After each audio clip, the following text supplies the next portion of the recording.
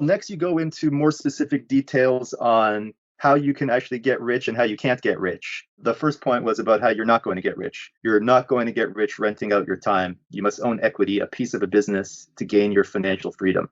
This is probably one of the absolute most important points. People seem to think that you can create wealth and make money through work, and it's probably not going to work. There are many reasons for that, but the most basic is just that your inputs are very closely tied to your outputs. In almost any salaried job, even a one that's paying a lot per hour, like a lawyer or a doctor, you're still putting in the hours, and every hour you get paid. So what that means is when you're sleeping, you're not earning. When you're retired, you're not earning. When you're on vacation, you're not earning. And you can't earn non-linearly. If you look at even doctors who get rich, like really rich, it's because they open a business. They open like a private practice, and that private practice builds a brand, and that brand attracts people, or they build some kind of a medical device or a procedure or a process where they have intellectual property. So essentially, you're working for somebody else. And that person is taking on the risk and has the accountability and the intellectual property and the brand. So they're just not going to pay you enough. They're going to pay you the bare minimum that they have to get you to do the job. And that can be a high bare minimum, but it's still not going to be true wealth where you're retired. And then finally, you're actually just not even creating that much original for society. Like I said, this tweet storm should have been called How to Create Wealth. It's just How to Get Rich was a more catchy title.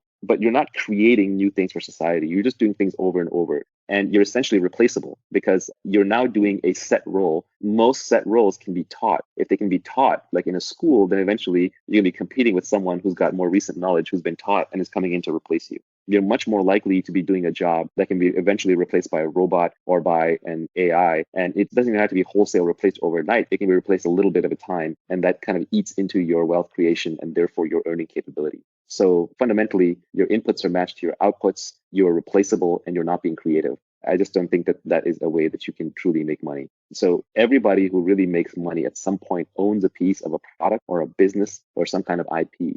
That can be through stock options. So if you can be working at a tech company, that's a fine way to start. But usually the real wealth is created by starting your own companies or by, even investors, they're in an investment firm and they're buying equity. So these are much more the routes to wealth. It doesn't come to the hours. You really just want a job or a career or a profession where your inputs don't match your outputs. So if you look at modern society, again, this is later in the tweet storm, businesses that have high creativity and high leverage tend to be ones where you can do an hour of work and it can have a huge effect, or you can do 1,000 hours of work and it can have no effect. For example, look at software engineering. One great engineer can, for example, create Bitcoin and create billions of dollars worth of value. An engineer who's working on the wrong thing or not quite as good or just not as creative or thoughtful or whatever can work for an entire year, and every piece of code that they ship ends up not getting used. Customers don't want it. That is an example of a profession where the input and the outputs are highly disconnected. It's not based on the number of hours that you put in. Whereas on the extreme other end, if you're a lumberjack, even the best lumberjack in the world, assuming they're not working with tools, so the inputs and outputs are pretty connected, they're just using an axe or a saw, the best lumberjack in the world may be like 3x better than one of the worst lumberjacks, right? It's not going to be a gigantic difference.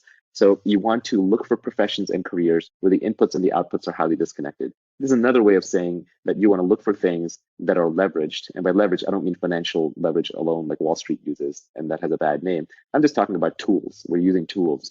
Computer is a tool that software engineers use. If I'm a lumberjack with bulldozers and automatic robot axes and saws, I'm going to be using tools and have more leverage than someone who's just using his bare hands and trying to rip the trees out by their roots. Tools and leverage are what create this disconnection between inputs and outputs. Creativity, so the higher the creativity component of a profession, the more likely it is to have disconnected inputs and outputs. So I think that if you're looking at professions where your inputs and your outputs are highly connected, it's going to be very, very, very hard to create wealth and make wealth for yourself in that process.